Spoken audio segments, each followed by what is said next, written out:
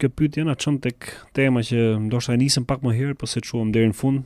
Përshëndetje, AA thotë pyetje për avokatin Altin, a mendon se mbyllja e bashkive kërkon shpopullimin e atyre tokave ose ato zona janë të pasura nga ana gjeologjike dhe të shëndetshme nga ajo gjeografike?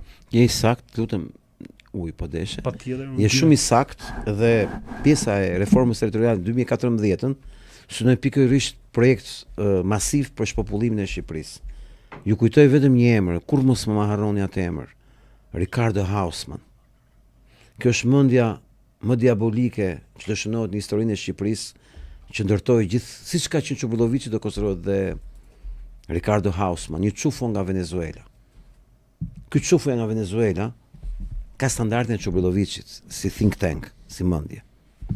Natyrisht që nuk ishte Çubullloviçi, po shpopullonte Shqipërinë, ato shqiptarët e Kosovës. Ishte qeveria serbe.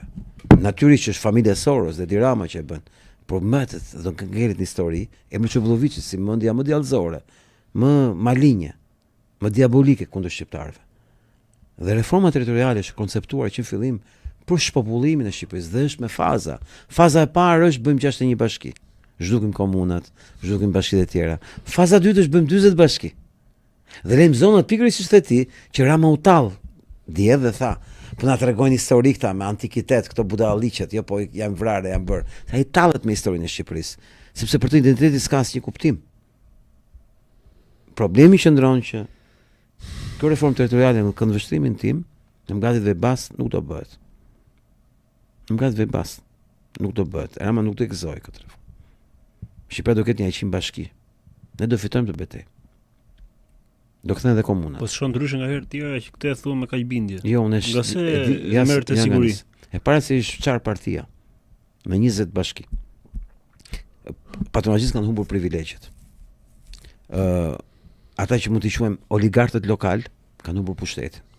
Sepse është pushtet politik që prodhon pushtet ekonomik. Më kupton logjik. Grupi i privilegjuar komunitetit që janë socialistët përkatës humbasin privilegjin. Por ka dhe një element që ne harrojmë. Po humbasin identitetin. Po kuptojnë që janë të vërtetë teoritë që i do vi radha të gjithëve, pjesë. Nuk ka të bëjë kundër demokratëve. E fillon 2014 me opozitarët. Ka të bëjë me gjithë shqiptarët dhe socialistët.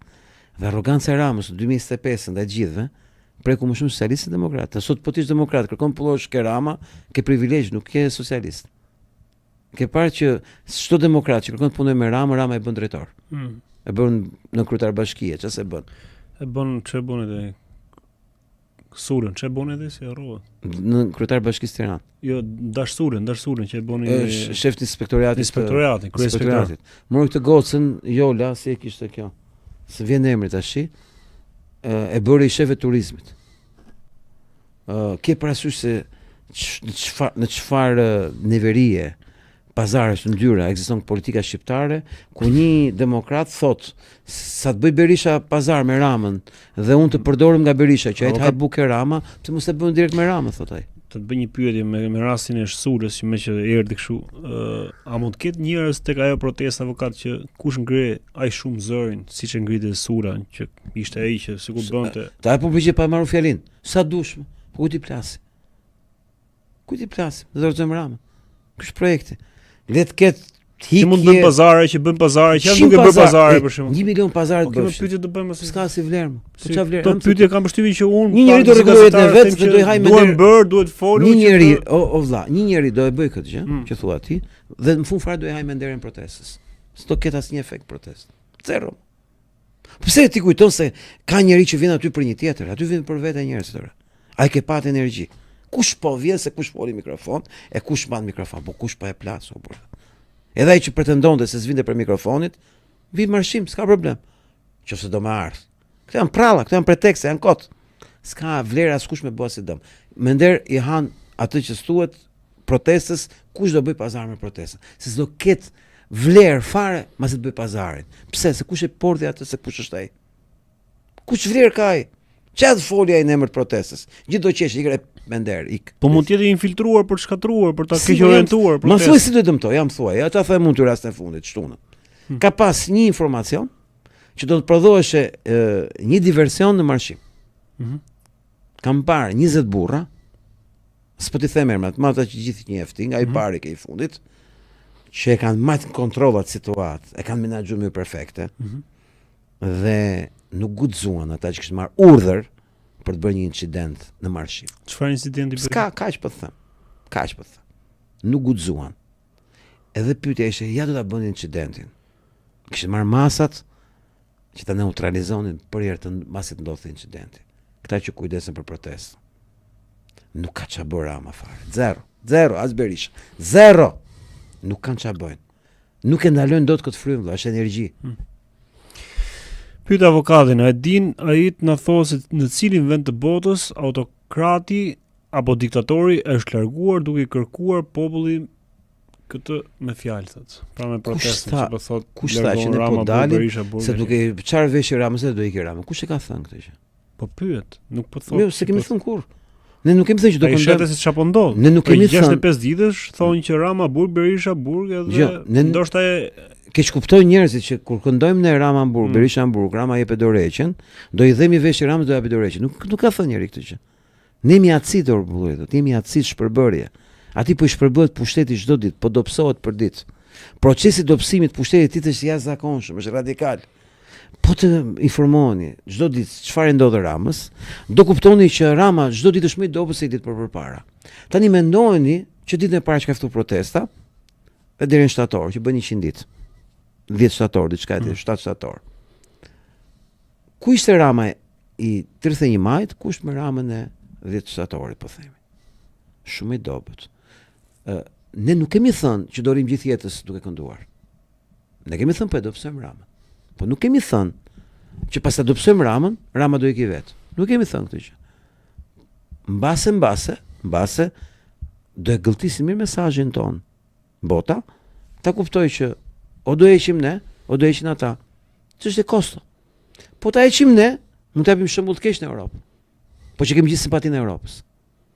Dhe këto janë shembull të këqij quhen.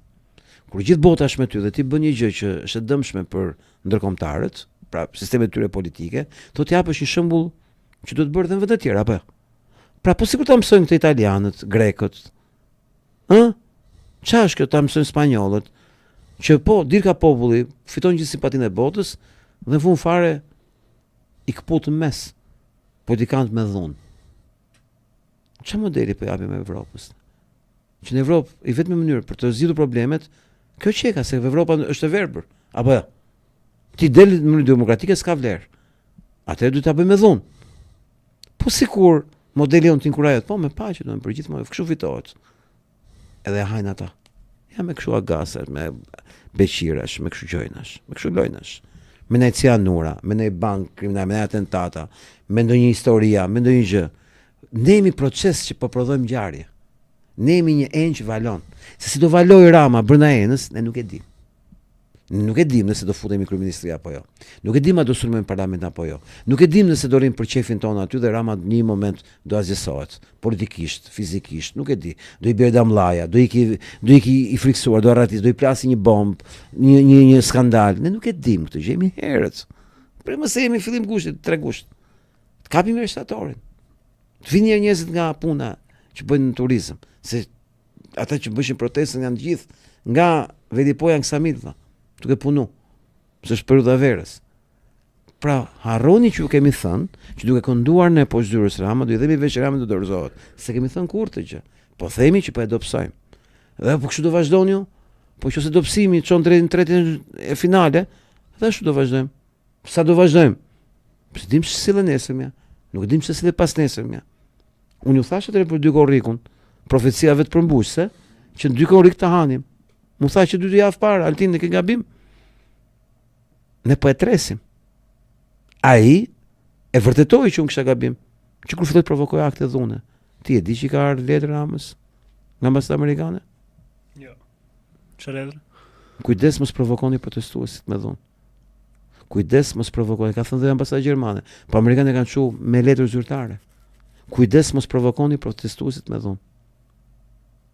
Kujdes mos provokoni protestuesit me dhunë. Pra pyetja që bëra para një jave, pse s'po reagon ambasada amerikane? Kanë çuar letër zyrtare dhe i kanë thënë, kujdes mos provokoni protestuesit me dhunë.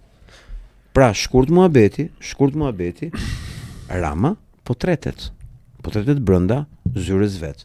Kur e shifni Ramën që bën kështu si danosh që se rru fare dhe provokon mjetësh për të bërë dhunë, ai njeri po aktron para jush që ti thotë vetëve i kanë punë të mirë, jo me ne, se ka me ne. Ai di që ne se pjerdhim se llogarisim ç'a thot. Ai po thotë vetëve mos më braktisi, unë jam i fortë akoma. Kjo është gjithë teoria. Pyet avokatin, a ke info çfarë roli kanë Agron Shea dhe deputeti vet, a punojnë me çufot? Janë Shabat Goim Çuf, janë zagar të çufove. Ka thënë prej kohësh avokat. Dalin me flamur të çufove, punojnë për çufot dhe mashtrojnë publikisht për ligjet që bëhen në Shqipëri favor çufëve, sikur nuk po bëhen favor çufëve. Për shembull, ligji i shitjes tokave të huajve që ka bërë për oligarkët. Që oligarkët të fshihen me prestanome dhe të marrin toka. Çi duhet një oligarku toka bujqësore 2 hektar? Ma thoni jo mua. Do mbledh domate oligarku. Oligarku di më shit vetëm metra beton more. Ku di oligarku të bëj bujqësi, të bëj ferma. Oligarkët e marrin qumshin nga Serbia. Din oligarkët prodhojnë bujqësi. Oligarkët tani janë bëjnë ndërtime shit metra katror në grop. Ç'mender oligarkësh kemi ne? Pas kemi oligarkë që bëjnë këto tokë bujqësore, e bëjnë për të fshehur çufot. Se janë zagar tyre, janë qenë të tyre. I kemë flamurin e tyre. Janë pjesë e organizatës ndërkombëtare të deputetëve pro-Izraelit, pro-genocidin në Palestinë. Janë zagar, janë Shabat Goim që kanë tradhuar vendin e tyre dhe i shërbejnë të huajt.